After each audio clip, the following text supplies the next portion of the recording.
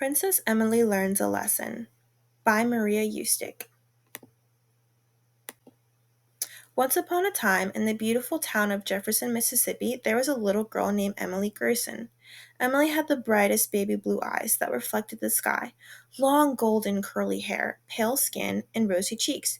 Emily looked like a porcelain doll. She lived in a grand mansion surrounded by gardens, fine furniture, and servants.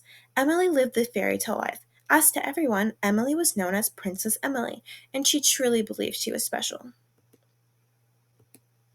Emily was the only child of Howard Louis Grierson III, a wealthy plantation owner who adored her, spoiling her with the finest silks, clothes, ribbons, and toys.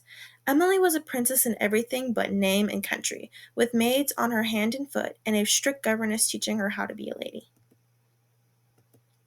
Emily had a white horse named Snowflake, with a large pink bow around its neck. She got Snowflake for her 8th birthday, one of the best days of her life. Emily had a pet rabbit named Prince, who she loved to play dress up with, and a beautiful grand piano which she could play day and night.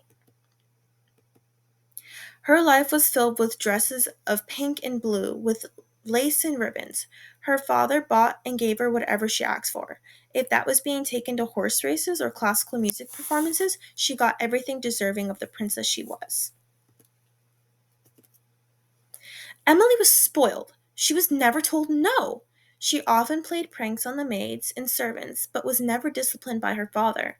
The only structure she had was from our governess, a very strict old ugly lady named Miss Florence, who was married to an ugly toad of a man, who always managed to be asleep when her father hosted a party. And parties did her father host. The finest foods are displayed on long banquet tables, with lavish feasts of roast meat, cakes, and exotic fruits. Beautiful southern belles in pastel gowns with lace and ribbons dance gracefully along gentlemen with string quartets, filling the air with classical music and complementing the soft hum of laughter and conversation. Emily often attends her father's parties and frequently exclaims, "Oh, how I dream of being a Southern belle and having a handsome gentleman kiss my wrist and whisk me away, or better yet, a prince, and I can live in a castle, and everyone will adore me." But there is one thing Emily didn't like. She didn't like other children. They were dirty, messy, and not at all like her. She didn't want to play with the children in her neighborhood because they didn't act like princes and princesses or want to listen to her. Instead, she spent her days playing with her bunnies and dolls, brushing her long golden hair and riding her pony in circles around the yard. One afternoon, as Emily was sitting in her grand parlor, she noticed her cousins walking by the gate. Emily waved her hands and shouted, "Come play with me!" But her husbands just looked at her, rolled their eyes, and kept walking. One of her cousins stopped and said, "Why would we play with you? You're so mean and rude to us, and you're always bossing us around. I would have much more fun playing by myself." As she stuck her tongue out and walked away. How dare they, Emily thought. I just treat them the same way father treats people. He can boss his friends and servants around. Why can't I? Father says everyone is beneath us. Emily pouted and stopped her feet. Then she turned to Miss Florence and asked, "Why did they ignore me? Why didn't they come play with me? I'm better than them. I have beautiful dresses, a pony, and a mansion. How dare they?" Looking concerned, Miss Florence said, "Emily, if you keep bossing people around and treating them like your servant, all you do is push people away with your rude behavior. No one will want to be your friend. Treat others as you would like to be treated," Miss Florence said sternly. But Emily didn't understand, as Miss Florence was just an ugly old lady. How would she know what she was going through? So Emily didn't listen to Miss Florence's words and continued to treat everyone terribly and demanded attention from anyone who would give it. One afternoon, she decided to go to the park to show off the new green dress her father had given her to all the other children of high standing. She approached them and said, "Everyone, look at my new dress. I know you're all curious about where I got it." But before she could finish, they all laughed at her and ran away.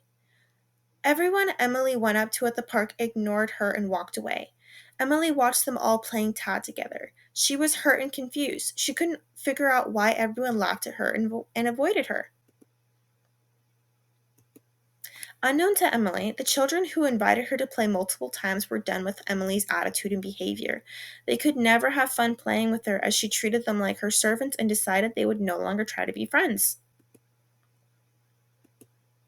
That night, Emily sat in front of her mirror, brushing her long golden hair, her eyes searching for why she was alone.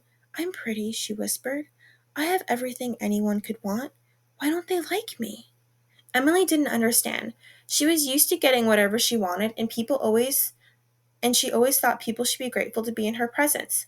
However, as the days passed, Emily began to feel a strange loneliness. The next day, Emily made up her mind. She was going to make a friend. She decided to visit Jane Smith, someone of equal standing as her and perfect to be her new friend. She knocked on the Smith's door and asked for Jane. Jane was reluctant to see her, but let her in.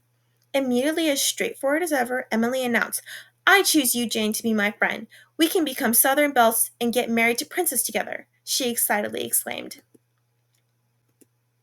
Jane, on the other hand, looked shocked. Her face looked like she just swallowed a lemon. Jane immediately said, Why would I want to be your friend? You are nothing but a rude, spoiled girl. I would never want to be your friend in a million years, and none of the other children want to be either. Emily was stunned. She had expected the girl to be grateful to be her friend, but Jane continued and said, You've never smiled at me before. You always look at me like I was nothing. You called me names and pulled my hair when I didn't want to do what you wanted. You always treated me and the other children like we were beneath you. It doesn't matter how many toys you have or if you have a pony. If you don't know how to be kind, you'll never have friends. Emily left the Smith's home with a knot and a sinking feeling in her stomach. For the first time, someone had spoken the truth to her. She went home feeling empty and unsure of herself. Weeks passed, and Emily tried to change. She tried to smile more, be kinder, and even invited her cousins to play. But it was too late. They already learned to avoid her. The children in the neighborhood no longer wanted to play with her, and even her servants treated her with cold politeness. Her father's wealth could not protect her from the loneliness that had begun to settle in her heart. She sat by the window, staring out into the park. The children played in the park, laughing and running, but they never invited her to join. The smile on her face had long since faded. Emily had everything a child could want, but she had lost the one thing that mattered most: friends. Her father noticed her loneliness, but didn't know how to fix it. Emily, I have more toys and dresses for you. But the smile didn't return to her face. Nothing lifted her mood. As the years passed, Emily grew older and continued her lessons with Miss Florence, but she never became a Southern belle. She remained alone in the grand mansion, surrounded by her dolls, ponies, and everything she once thought would make her happy, but none of them could fill the emptiness she felt inside. And so Emily Garrison, once a princess in her own mind, learned that true happiness comes not from wealth or beauty, but from the love and kindness you give to others. But by then it was too late to change. The consequences of her actions were much too great. She had no prince to come save her, just a bunny. She had no one to play with, just her dolls. Emily lived alone the rest of her days in the grand mansion, surrounded by the things she had always wanted, but without the one thing she truly needed: friendship.